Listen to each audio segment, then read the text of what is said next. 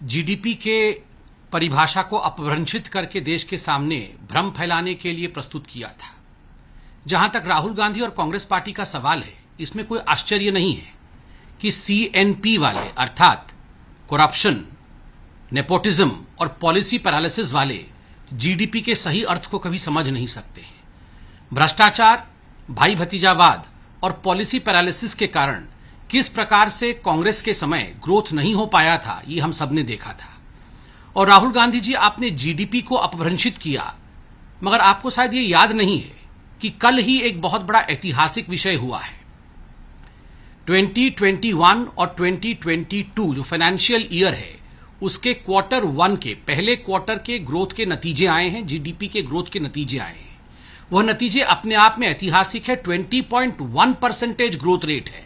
आप याद करिए, ठीक एक वर्ष पहले अर्थात 2020 से 2021 के पहले क्वार्टर में पूरे विश्व में महामारी के कारण एक कॉन्ट्रैक्शन था, -24.4% कॉन्ट्रैक्शन था। उस कॉन्ट्रैक्शन से 20.1% तक का सफर, यह सफर बहुत कठिन सफर रहा होगा। और यह सफर तभी संभव हुआ क्योंकि नरेंद्र मोदी जी के नेतृत्व के कारण, उनकी पॉलिसी मेकिंग कैपेसिटी के कारण और जो डिसीजन मेकिंग कैपेबिलिटीज हैं इस सरकार की, उसके कारण यह नतीजा जीडीपी के ग्रोथ रेट का रहा है। बहरहाल राहुल गांधी ये समझ नहीं सकते हैं और आज वो भ्रम फैला रहे हैं।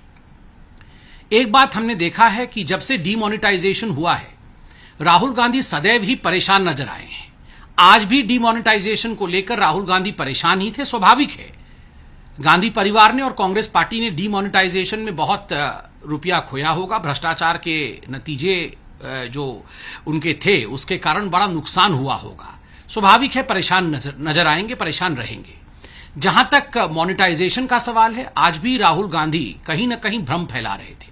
मोनेटाइजेशन देश की संपत्तियों को बेचना नहीं है, बार बार समझाया गया है और देश की जनता समझती है कि मोनेटाइजेशन केवल लीज है और वह भी उन विषयों पे लेके उन एसेट्स का जिसको कि जनता के लिए और बेहतरी के साथ लीज के माध्यम से इस्तेमाल किया जा सकता है। यह संपत्ति किसी की नहीं हो रही है, संपत्ति सरकार की ही रहेगी।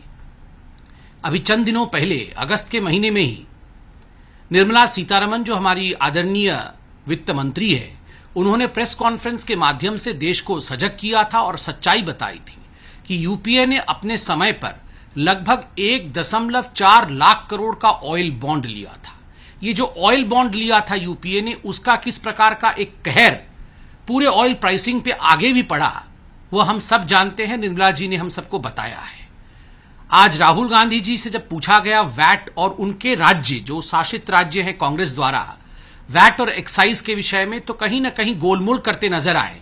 अपने राज्यों में वैट को कम करके ऑयल प्राइस पे कमी लाई जा सकती है क्या? इस पे राहुल गांधी जी ने कोई उत्तर नहीं दिया, किंतु कहीं ना कहीं जीडीपी को लेकर आज भ्रम फैलाते हुए नजर आए हैं।